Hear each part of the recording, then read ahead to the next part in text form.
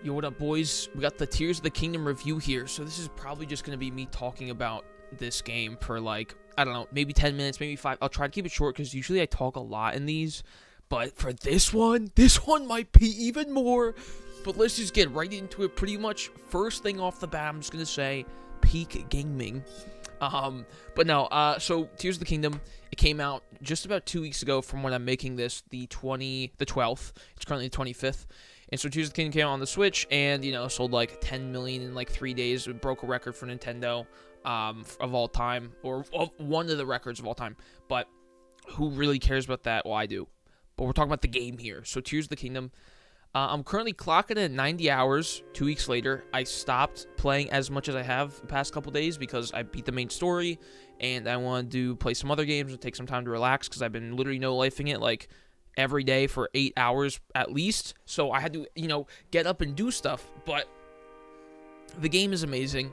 First thing it's phenomenal. If you have a Switch, it's basically a must-buy, I think, if you have any slight interest in it. Get this out of the way. Breath of the Wild, amazing game. I loved it. It was like one of my favorite games of all time. Probably my favorite game of all time. Tears of the Kingdom has now beat it. But just looking back at Breath of the Wild, it's just like, it seems like bad. Like, I'm looking back at Breath of the Wild and I'm just like, that game is not good. Like, it's good, but like, after playing this game, it's just like, how did they somehow manage to make that game, which was one of my favorites of all time, look absolutely horrible in comparison? Like, it's crazy. And so the first thing I guess I want to bring up is the world. So obviously Tears of the Kingdom, if you don't know, it has the normal ground like Breath of the Wild, but it has the sky and has the depths. At this point in the game, or where I am now 90 hours in, I have not even explored half of the depths, keep in mind. So I've only done probably a fourth, maybe a third, just a little chunk. And it's super cool. It's, it's really dark, and you gotta find all the light routes, and, they have some extra puzzles down there, and some temples and whatnot. And it's really sick. Some cool-ass gear. It's a good-ass addition, and there's a bunch of gloom. And it's just really cool, and there's a lot of extra depth to it. No pun intended. And you have the sky, which the sky, honestly, I haven't even fully explored, either yet, most of it, but it is also, I think, my favorite edition, just for the sake of it being beautiful looking. Just from a visuals perspective, it's super bright. It's usually always sunny. It's like all golden, and the colors are pop, and it's vibrant. It's amazing. And also it's very condensed in the sense that there's a lot of islands scattered around, but they're all not just massive sprawling areas of land where it's kind of spread out with content. It's just, here's a little island, there's a bunch of shit you can do with that island. You can do a skydiving challenge, or there's a shrine you can do, or there's the gumball gotcha machine that you can roll for parts, or there's like a boss you have to fight, or there's a bunch of parts laying around, or there's all this stuff. There's always stuff to do on the islands, pretty much most of the time. You also have Hyrule text for some side quest lore, which is really insightful actually. And so the Sky Island is great, and the starting area, we're already 3 minutes in. The starting area, the Great Plateau from Breath of the Wild, right? You're it wasn't the best, looking back on it, but now after playing Tears of the Kingdom and looking back on it, dude, it was trash. The starting tutorial area in Tears of the Kingdom is a million times better than Breath of the Wild, solely for the purpose that it is condensed, but also not open, in the sense where it's here's a big thing of land, now go get these shrines, look for them, type thing, with that Breath of the Wild did. Tears of the Kingdom's okay, you have these 4 shrines, you have to get some abilities, here's a nice story kind of introduction. The story also is a crazy thing. It's just so much in the first hour compared to Breath of the Wild. It has this great introduction. It introduces you to the Rauru and whatnot, and the Sky Island, and your goal and what to do. And it's beautiful, and each land or island kind of space is all different. There's the snow spots, and then there's just the normal ground, and then there's a big lake. And so the tutorial area is a million times better in the sense that it is more condensed and linear, but also it's still very open, and you can still do a lot that most people might not do if, don't just beeline for all the shrines, which I spent 4 hours in the starting area, and I did almost everything, I think. But it's great. It's a great way to start the game by introducing you to everything very naturally and not just shoving in your face, and it's very not overwhelming compared to if they said, okay, here is 4 shrines, go get them, and then it opens up, and then the rest of the world opens up. No, the game slowly takes you through everything so you can learn how to use stuff, do, come up with other fuse mechanics or glue shit together. It doesn't matter, right? And it works, and it's super great. So that is just like the main thing. Like, first of all, the way they structured the game in the beginning and just with the story is a million times better. You can clearly tell that they heard what people are saying about Breath of the Wild in multiple aspects, which I'll get on in a second, with the story as well. You get introduced to the story right in the beginning before the game starts. You have the Link and the Zelda moment for like the prologue, then you have the beginning with Rauru, and then that whole just like hour and a half, 2 hours in the beginning is freaking awesome. But then right as you're done with the tutorial area, you have the world that opens up, and you already have stuff like popping in your face. Like, you see the dragon right in the beginning after the tutorial. You're like, oh, there's a dragon, which they're in the first game. But like, oh, cool, they're back in the game. And you jump down, and you go to Lookout Landing, and you get introduced to even more characters that are from previous games or new characters. And it's like, okay, you can go here, or you can go here, or you can just explore the world however you want, right? And that's it, it's great. And then also, with feedback-wise, like, they heard about the durability. They're not going to change the durability from Breath of the Wild because it's like a main core mechanic. And, an open world game like this, they kind of have all this extra stuff. They want to keep it. The fuse is the perfect way to counteract that claim of people not liking durability. Granted, durability still is a pain in the ass, even more so in this game because the weapons, if you don't fuse them, they're shit, like, either way. But the fuse, after a while, it's great. It takes a little bit in the beginning of the game. I was like, this is kind of weird. I got to get used to this because there's not as many enemies and options to fuse stuff. But once you get later into the game and you start exploring a bunch, there's so many more options for fusible items and just things to hold and fuse to, like the base weapon.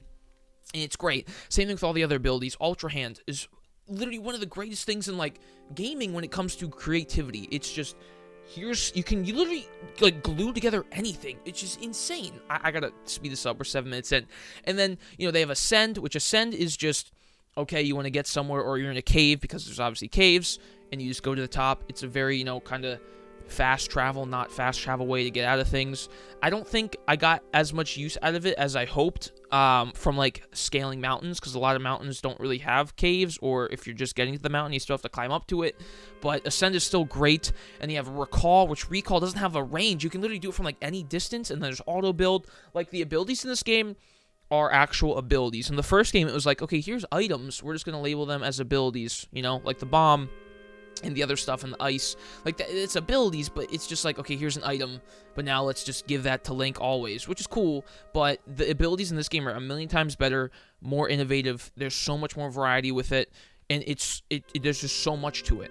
And then when it comes to like key items in the game, real quick, we have like 5 different currencies. We have like, upgrade your hearts.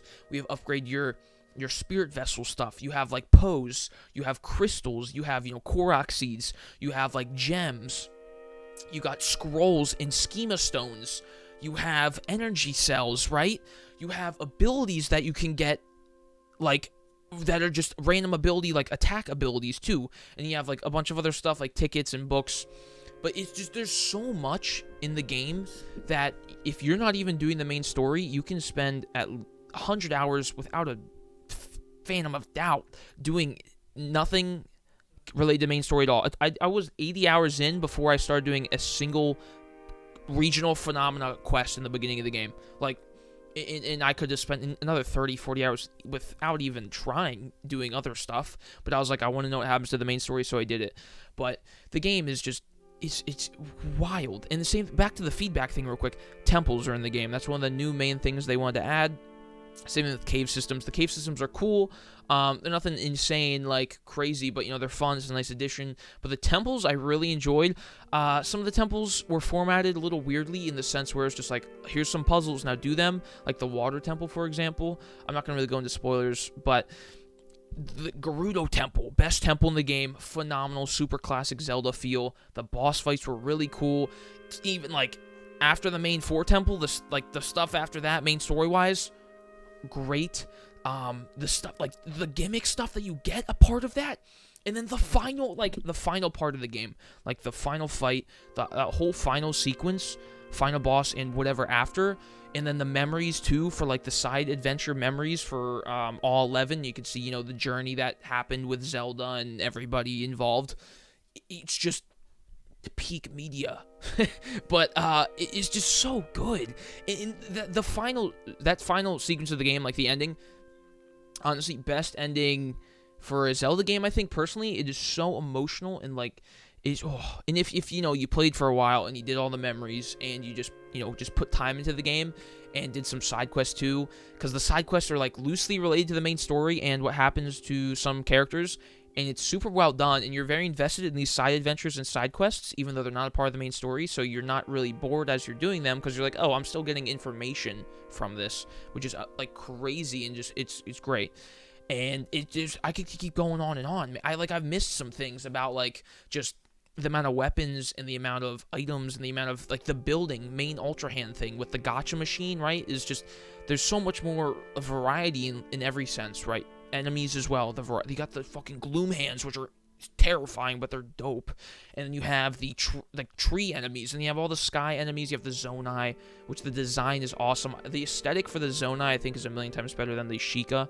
Personally, I don't think it's bad, but I think just like seeing it now, it's like, oh, this aesthetic is so much cooler. And then the returning characters, and then you have like the page which it shows all your, memories and your quests, and you have a page to the left which is like all the new characters and all the character dialogues and stuff, which is great. There's just so much in the game to do. It is like, the game is marketed, as like a sequel to Breath of the Wild, but you do not have to play Breath of the Wild to play this game, to one, enjoy it or understand what's happening. I just did two, but to two, understand what's happening. Like, if you don't enjoy the first game, I know a lot of people who didn't and are loving Tears of the Kingdom, and I know a lot of people who just jump straight to Tears of the Kingdom, and even me as myself, like, I'm playing through the game, I'm like, it seems very standalone, where if you didn't play Breath of the Wild, you won't be able to fill in certain things, but you'll be able to still easily take in the story, understand all of it, which is great.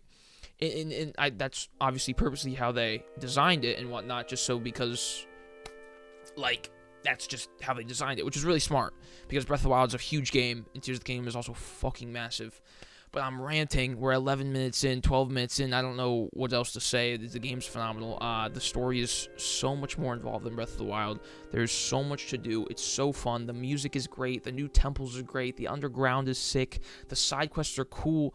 The emotional moments are insane. I'm probably missing some other stuff, but it's good. It's just amazing, man. It's everything I could hope for. I got 90 hours right now. Gonna, probably end off around 130, 140, just to like get the 100%. I'll keep playing, doing some other stuff, but it's great. I recommend it very highly. I was very scarily excited for the game because Breath of the Wild means a lot to me, and I was crying like crazy at the end because, one, it was super emotional, and two, it just somehow surpassed my expectations because I could not imagine that they would do it, and they did, without even... Not even main story-wise, like just side quest-wise, 80 hours without doing any of the main stuff. Like, and I could put in even more time. And it wasn't even like I guess I'll do more side stuff. No, it was like holy shit, there's so much to do, which can get overwhelming for some people. But it's great, man. So, hopefully you guys enjoyed the video. I'm ranting about this damn game. Let me know if you like Tears of the Kingdom yourself. Hopefully we get some DLC. I'll make a video about my DLC thoughts and what we probably will get with it. And, yeah. I'll see you guys in another video. Adios.